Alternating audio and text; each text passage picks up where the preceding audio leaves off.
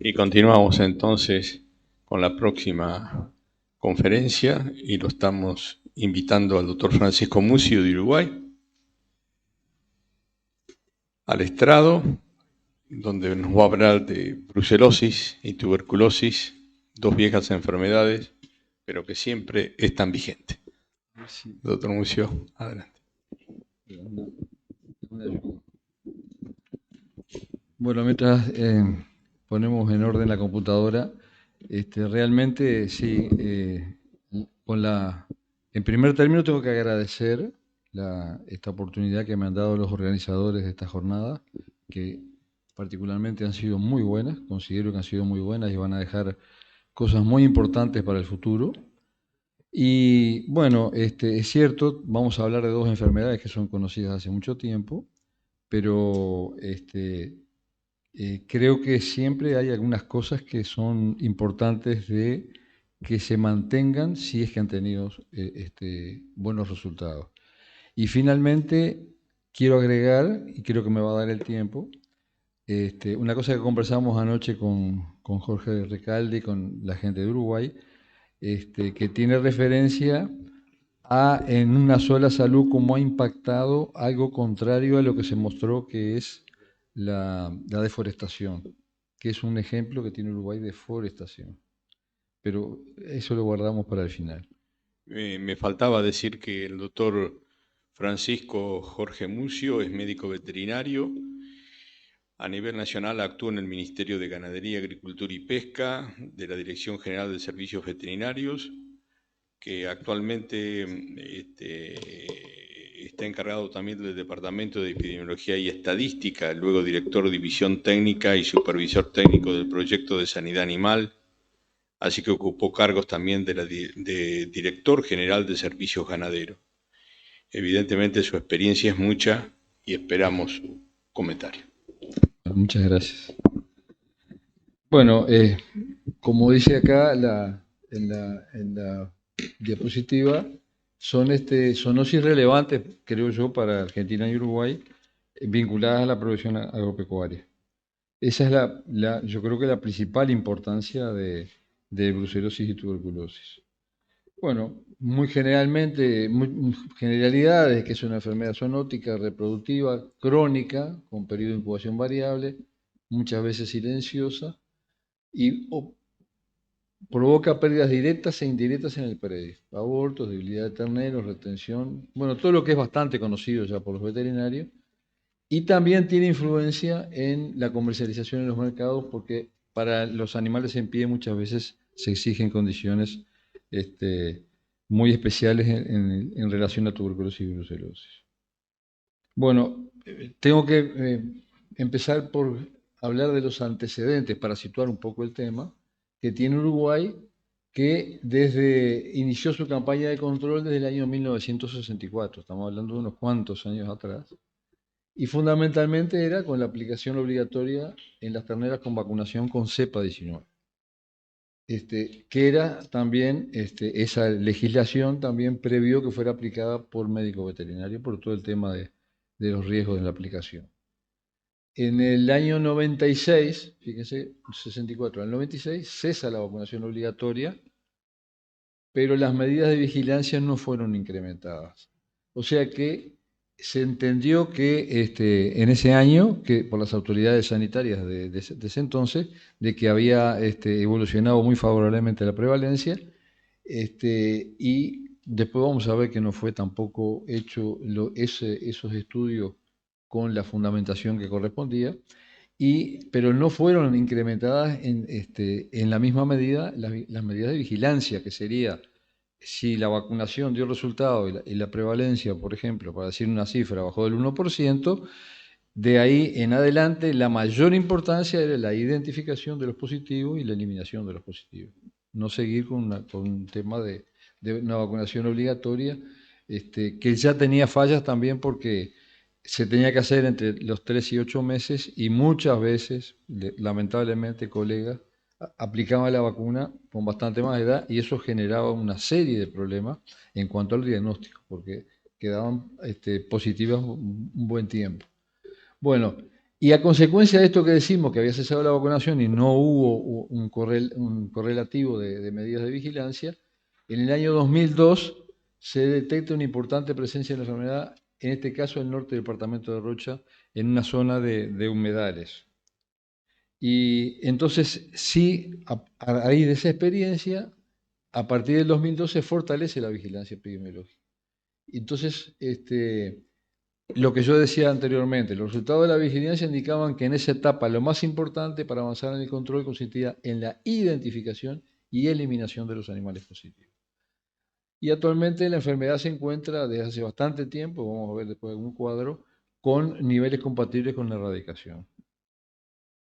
Bueno, las principales medidas de vigilancia para ilustrar notificación y diagnóstico de aborto, que eso ya estaba establecido desde la vieja ley de policía sanitaria. Se empezó a hacer monitoreo en la faena, en los frigoríficos, se sangraba desde el año 2002 para seguir una evolución. El PAL, la prueba del anillo de la leche en tambos desde el 1998. La investigación de redondeos de linderos y vinculados desde 2002, que acá ya viene, ustedes ven un cambio estratégico, ya se va al foco y a estudiar el foco y lo que rodea el foco. Ya no es aquello de que, bueno, había brucelósidas ahí y se tomaban medidas generales. No, acá ya se entra a estudiar el foco y lo que rodea el foco, el perifoco. Y desde el 2010 se hace sangrado a los linderos de ese foco.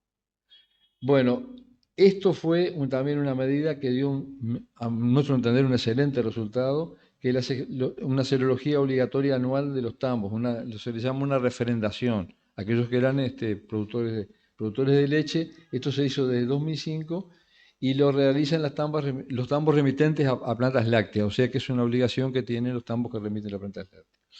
Y después, esto se implementó más tarde, ahora vamos a ver un poco cómo fue todo en el tiempo, que es la serología previa al movimiento de zonas de riesgo. Esto se empezó a ejecutar desde el 2008, porque se veía que evidentemente había zonas que tenían mayor riesgo y entonces antes del movimiento se exigía una serología y dio un excelente resultado. Bueno, acá lo tienen, como yo les decía, un poco la evolución 2002-2009 de cómo se fueron implementando. Prueba del anillo de la leche, se hicieron muestreos nacionales de campo que antes no se habían hecho. Eso se hizo en forma importante. El monitoreo serológico en las plantas de faena, como ya les expliqué, eso es una fuente de información valiosísima. Investigación de focos, linderos y vinculados y la serología obligatoria anual del tambo. Y por último, acá ven en el tiempo la serología previa al movimiento. Bueno, y siempre hay la denuncia por el aborto. Bueno, hay una cosa que fue, yo creo que muy importante, y en este sentido me comprende las generales de la ley porque yo era director en ese momento.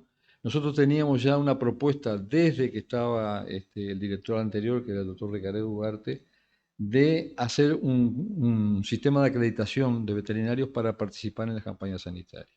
Acreditación en las campañas sanitarias oficiales, algunas, un sistema de acreditación. Y finalmente conseguimos que se sancionara la ley.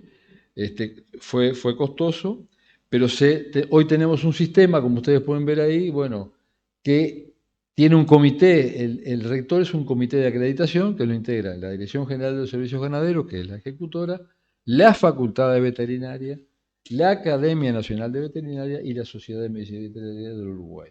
Y se hacen en conjunto con la Facultad de Veterinaria propiamente las capacitaciones. Y ahí se hace la acreditación, que ustedes van a ver que habilita a los veterinarios acreditados para algunas acciones sanitarias que antes eran solamente oficiales. Bueno, y eso permite tener veterinarios capacitados y actualizados, alineados con la necesidad de la campaña, y también ingreso de la prueba diagnóstica en el sistema de información, porque también hubo una acreditación para laboratorio. Y acá el doctor sabe muy bien eso. Bueno, esto es tanto para brucelosis como tuberculosis. Y inició en el año 2006 cuando fue sancionada la ley. que les digo que realmente no fue fácil, no fue un proceso fácil porque se entendía como que podía haber una connivencia entre el cliente y el veterinario, pero nosotros entendimos, y esto hay en muchos países del mundo, el sistema de acreditación, que tiene además un control oficial, porque no es que, y si hay algún desvío del acreditado, eso, había muchas posibilidades de saberlo enseguida. Pero yo creo que lo que impulsó la campaña fue una cosa muy importante. Bueno, y acá está lo que yo les decía, ¿ves? La notificación del aborto, un veterinario liberal, el monitoreo de faena lo hace el veterinario oficial, la serología anual la hace el veterinario, en los tambos la hace un veterinario acreditado, después la investigación de los rodeos linderos vinculados la hace un veterinario oficial y el acreditado, la serología previa del movimiento en un veterinario acreditado, los muestreos nacionales el veterinario oficial y la serología también puede hacerla el veterinario de libre ejercicio acreditado. Y lo hacen, bueno, acá se muestra que el laboratorio lo hace. Yo creo que eso posibilitó que se pudiera hacer un trabajo muy, muy, muy bueno y por el alto número que era de sueros que se tenían que estudiar, este sistema permitió que no fuera toda la carga, porque era imposible, por más que se tuviera un ejército en el servicio oficial, no se podía esto realizar. Bueno, y después tenemos la referencia de propiamente la brucelosis con respecto al humano como zoonosis. Tenemos datos hasta el 2012, pero ustedes pueden ver que fue un número de casos que fue disminuyendo bastante, aunque hubo algún año que hubo un poco más, pero siempre con valores en la tasa de infección bastante baja. Y yo siempre cito el ejemplo del Banco Seguro del Estado en Uruguay, que era donde iban la mayoría de los enfermos de brucelosis, y eso fue disminuyendo. Antes teníamos la cantidad entre trabajadores de frigorífico, veterinarios, que ahora vamos a ver también lo que hizo la Sociedad de Medicina Veterinaria cuando hizo el censo veterinario, y bueno, y gente de población rural, y la verdad que había, años anteriores, había una incidencia alta del problema. Y esto es un poco, yo diría, muy didáctico en cuanto son datos que vienen, la prevalencia de brucelosis en veterinario por un censo nacional veterinario que fue en el 2010. Y acá ustedes tienen muy claramente cómo es la asociación que hay entre la edad de los veterinarios y el porcentaje o sea, la prevalencia. Fíjense que los menores de 50 años, un 0,98. 50-54, un 3,31. Después va a 55-59 a 7,93 y 60 o más tienen 10,95. O sea, está claro que las medidas que se fueron implementando fueron cumpliendo, digamos, ese rol de que el veterinario tenía una mayor protección, tanto cuando iba a hacer un parto o como cuando hacía, sobre todo, porque ¿qué pasa? Estos de 60 o más vacunaron con cepa 19 y muchos de ellos tuvieron accidentes. Y ahí eso ya quedaban con serología positiva. Bueno, esto es para el tema del número total de sangrados y lo muestro porque en la conclusión final yo voy a hacer un poco énfasis en que esto es un poco digamos, la expresión numérica de algo que no debería estar sucediendo. Porque ustedes pueden, por ejemplo, miren el total de los sangrados, tomando como, el sangrado como un tema de vigilancia, ¿no? Y fíjense que en el 2015 teníamos 2 millones, casi 400.000 sangrados. Hoy tenemos 1.368.000 en el año 22. Bueno, está por motivo de estudio, está por investigación, está por movimiento, está por muestreo en faena y ahí, eso se los quiero señalar particularmente, porque de 420.000 pasamos a 160.000, siendo que el frigorífico es, digamos, es bastante sencillo, porque la toma de la muestra es en el momento de la faena, y no hay otra, digamos, otra tarea especial. Ensayamientos también disminuyeron. Esto puede ser efecto de que sí, bueno, que acá la campaña ha tenido su efecto. Y la refrendación de tambo se mantuvo bastante bien. Este, y creo que hubo ahora un movimiento de querer sustituir por el PAL, pero sabemos que el PAL tiene el inconveniente de que si es un volumen muy grande, no es confiable. Y por lo tanto, los mismos productores lecheros, escuchen lo que les digo, los mismos productores lecheros quieren que se mantenga el sistema de la refrendación haciendo el sangrado correspondiente. Bueno, esto es la prevalencia estimada en el 2022, 260 focos sobre 41.651 predios, y eso hace una estimación de un 0,6% de la prevalencia.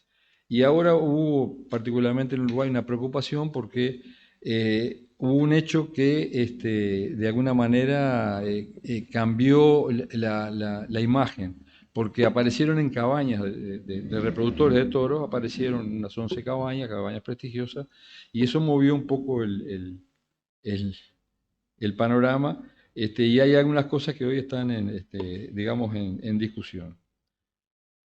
Bueno, el promedio anual de focos, esto que lo quería mostrar también, del 2005 al 2029 es de 249, un promedio anual de 249. Con esas medidas de vigilancia que yo creo que son bastante intensas y cubren mucho.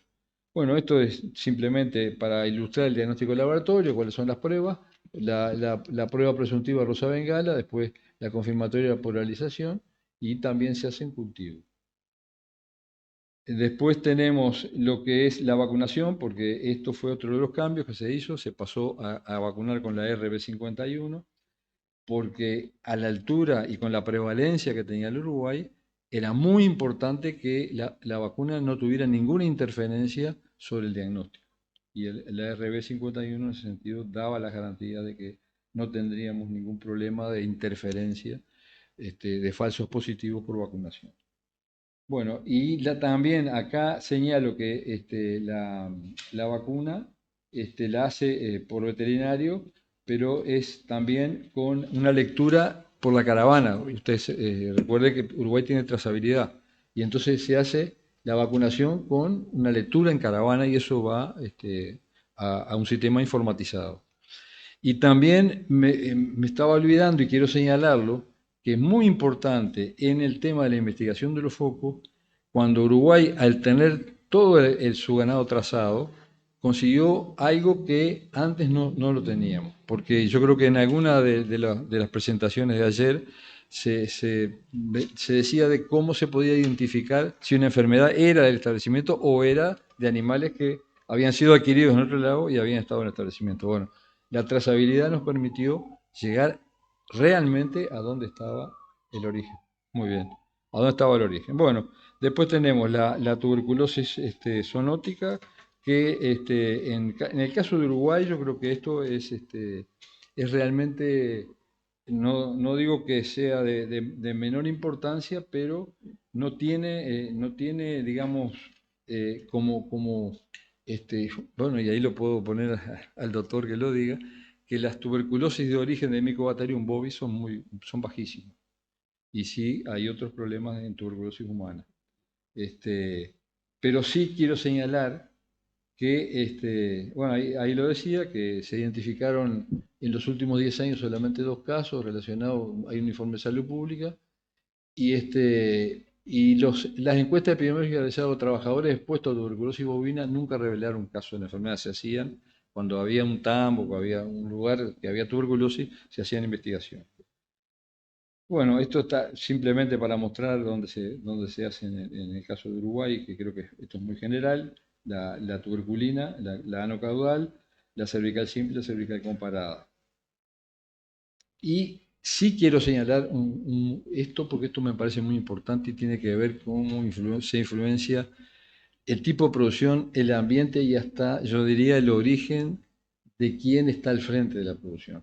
Este caso, megatambo, le denominamos megatambo a aquellos tambos que tienen una superficie muy grande y tienen un número altísimo de vacas. Son el 26, en ese momento eran el 26% de los tambos, foco, 66% de la superficie, y tenían el 78% de animales en saneamiento y 83% de animales positivos. ¿Y cuál el caso, por ejemplo, el caso paradigmático fue el de New Zealand Farm, que era un fondo de inversión? Era un fondo de inversión que pretendía llegar a 90.000 vacas en ordeña. 90.000 vacas en ordeña, en distintos puntos del Uruguay. Y querían trasladar un modelo que había sido en Nueva Zelanda, que es otras condiciones que no totalmente diferente, querían trasladarlo a Uruguay, que era algo casi que yo diría de producción de leche safral con trayendo pasturas de Nueva Zelanda y haciendo el riego con pivot, no dando ni un concentrado. La regla era que no daban un concentrado. ¿Y qué pasa? Que para formar estos megatambos, tuvieron que traer animales de una cantidad de orígenes digamos, y comprado así, porque era un fondo de inversión, no era un productor o un productor grande, no, era un fondo de inversión.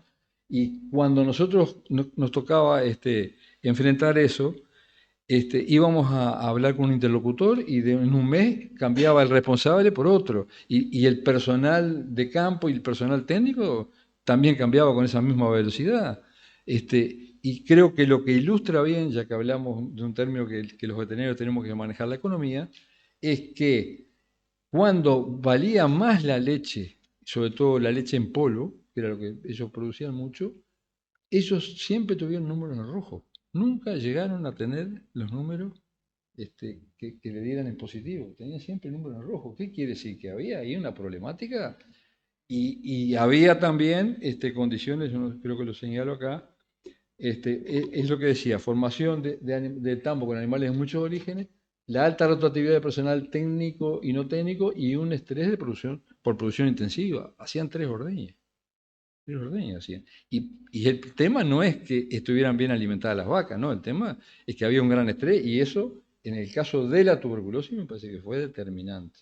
Determinante. Bueno, esto es un poco para ilustrar estos años, lo que ha sucedido, los focos abiertos por año, pero también la mayoría son focos que vienen en saneamiento, pero en la línea roja son los que se abren en cada año. Yo creo que están dentro de los valores que se podían esperar. Bueno, y esto sí, finalmente, quiero, digamos que señalarlo, en el sentido que tuvimos mucho cuidado siempre en el Ministerio de que el productor tuviera algún resarcimiento, o sea, que no fuera simplemente que él, si estaba afectado, tenía que sacar de su bolsillo para hacer el saneamiento, para hacer todas las medidas que tenía que hacer.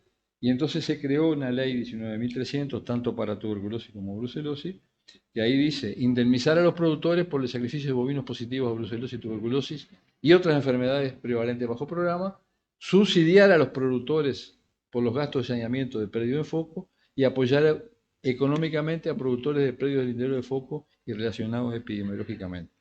Pero lo interesante que esto, no, perdón, vuelvo, que esto se hace con la creación de un fondo que participan todos o sea, se hace de litros de leche y de kilos de carne. Se genera ese fondo para utilizar, y hay una comisión que lo maneja, donde están integrados el sector oficial y los productores. Y ese es el que define y que a veces hemos tenido problemas porque faltaba algún papel, porque faltaba esto, y los productores un poco protestaban por las demoras, pero finalmente siempre recibían la indemnización. Bueno, y a manera de conclusiones, yo digo esto, la sustentabilidad de los programas de salud animal depende de varios factores, pero el más crítico es el referido a los servicios veterinarios oficiales y a su indispensable rol en la orientación y control de los mismos. En el caso de Uruguay, la tendencia desde hace varios años es a la pronunciada reducción de los recursos humanos, de sus estructuras. No se ha producido cuantitativamente el relevo de los cuadros técnicos que por razones biológicas cesan, agravado cualitativamente porque no pudieron transmitir a los que debían haber ingresado su experiencia en la función a desempeñar. Yo creo que si hay, no quiero ser muy peyorativo, pero si hay algún servicio donde no basta con tener una carrera universitaria, no basta con tener un estudio, sino que hay que tener la experiencia en el servicio, ese es el servicio veterinario. Por eso digo que esto Esto realmente es un problema muy serio, porque hace 4 años que prácticamente no ingresan funcionarios al Ministerio de Ganadería y se ha perdido la gran sabiduría y experiencia de funcionarios que se fueron, se retiraron por razones de edad. Y además el promedio de edad hoy de los veterinarios de servicio veterinario y no técnico de Uruguay en el ministerio es muy alto. O sea que la perspectiva es complicada, por eso creo que esta conclusión me parece sumamente interesante de que se tenga en cuenta. Finalmente, y brevemente, lo que hablé del ejemplo paradigmático de lo que significa forestar, es que hubo una política en Uruguay que ambientó la forestación con especies no autóctonas, como el eucalipto. Bueno, entonces nosotros, para decirlo muy brevemente, teníamos siempre la información y teníamos cuando cruzábamos información sanitaria con Rio Grande do Sur, siempre había focos de rabia paralítica en zonas cercanas a la frontera de Uruguay. No muy cercanas, pero cercanas en donde la geografía generaba cuevas muy importantes donde había poblaciones altísimas de vampiros, que es donde el virus circula. Precisa poblaciones importantes para circular. Y pasaron 50 años que eso estaba ahí y nosotros no teníamos problemas. Y un buen día, en el 2007, se empiezan a aparecer muertes complicadas, se hace el diagnóstico, rabia paralítica. Había entrado. ¿Y dónde ingresó la rabia paralítica al Uruguay? Ingresó por el departamento de Rivera, frontera con Brasil, el departamento más forestado del Uruguay. Desde el 90 al 2007 debe haber multiplicado por 10 el área forestada. Eso trajo un cambio total del medio en esa zona. Los estudios dicen que sube la temperatura dentro de ese monte. Salió el ganado que era digamos, el que sería el alimento de los vampiros, porque en Uruguay, en la zona de frontera, muchos años siempre se encontró algún animal mordido, caballo o bovino, pero nunca se llegó a un diagnóstico. No morían esos animales, se hacía la inspección clínica y nunca tuvieron problemas. O sea, había vampiros, pero una población que se ve que no era ni expresiva. Pero esto fue un cambio total.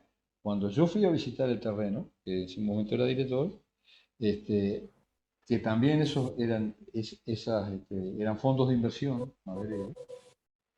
habían dejado una cantidad muy importante de casas, o sea, refugios antropomórficos, ¿no? Con techo. Y abajo de ese techo había cientos de vampiros, pero cientos de vampiros.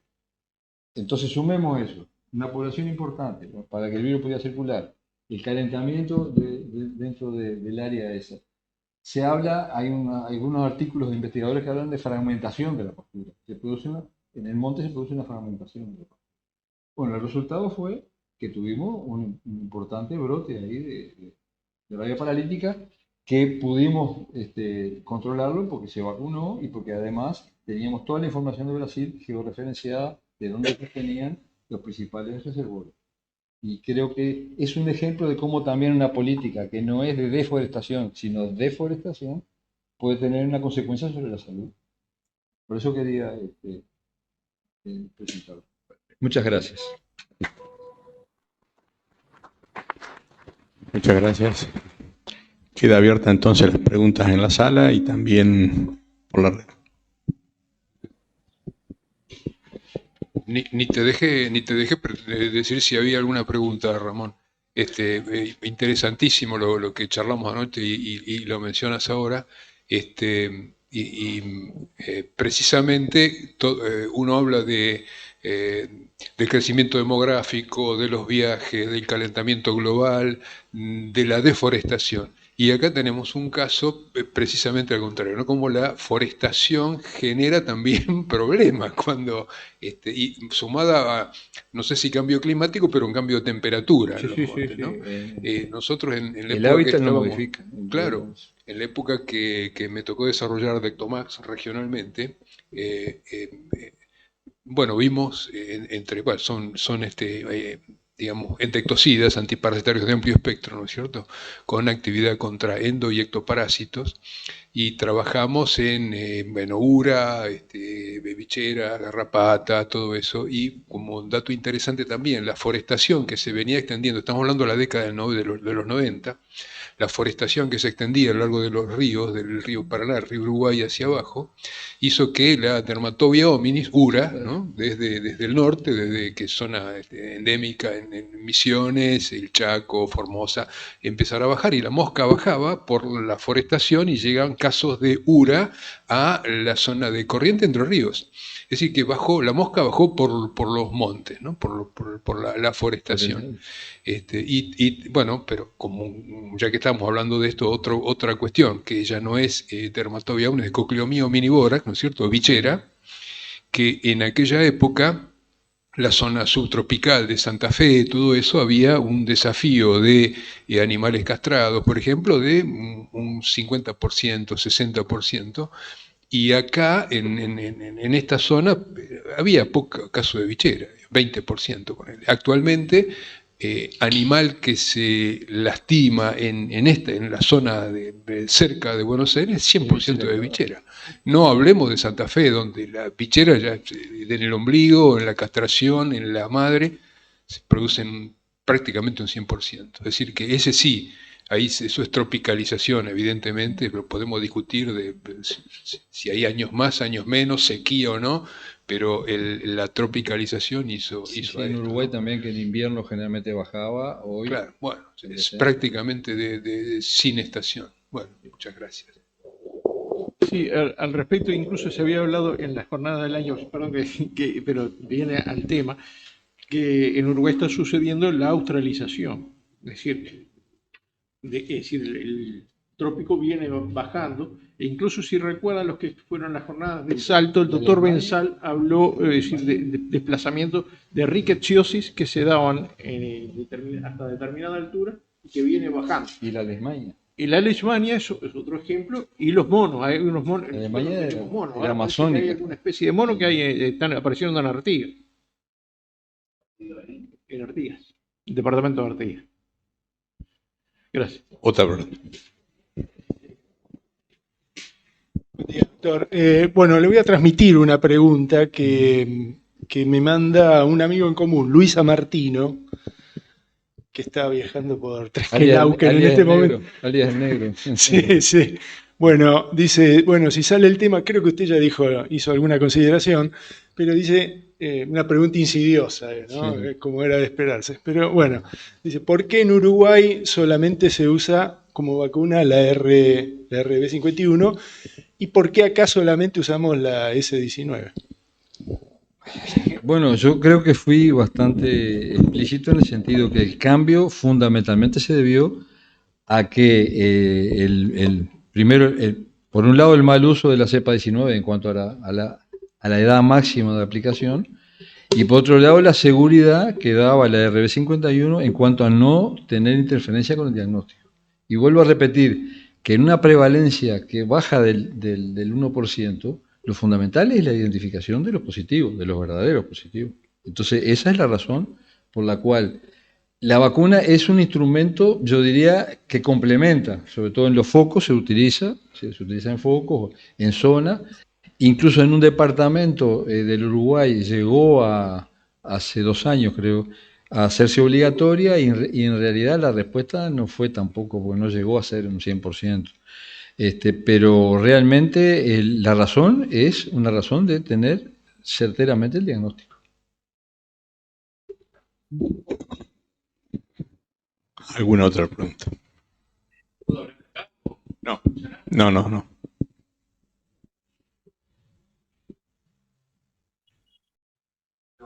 Muy clara la presentación, doctor.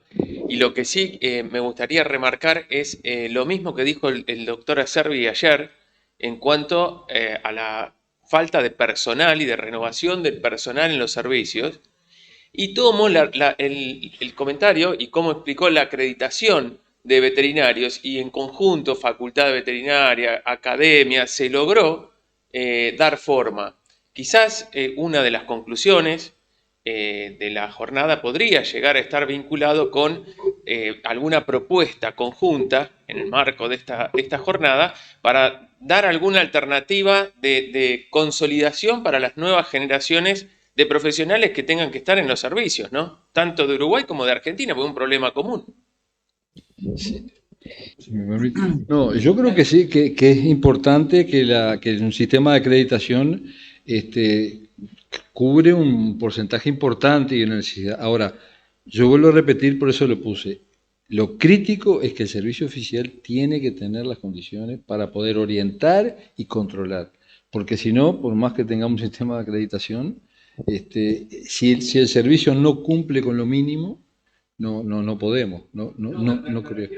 Ejercicio de cómo se trabajó en conjunto, Sí. con otro objetivo de consolidar el staff de los servicios. No, ¿no? y además participa la Facultad Veterinaria, y yo creo que para los veterinarios en particular, estar dentro de una campaña es una enseñanza que como no hay otra, ¿no? ¿Se puede hacer, El veterinario una corresponsable pregunta sanitario fue un sueño desde el Zoom? de Emilio Gimeno.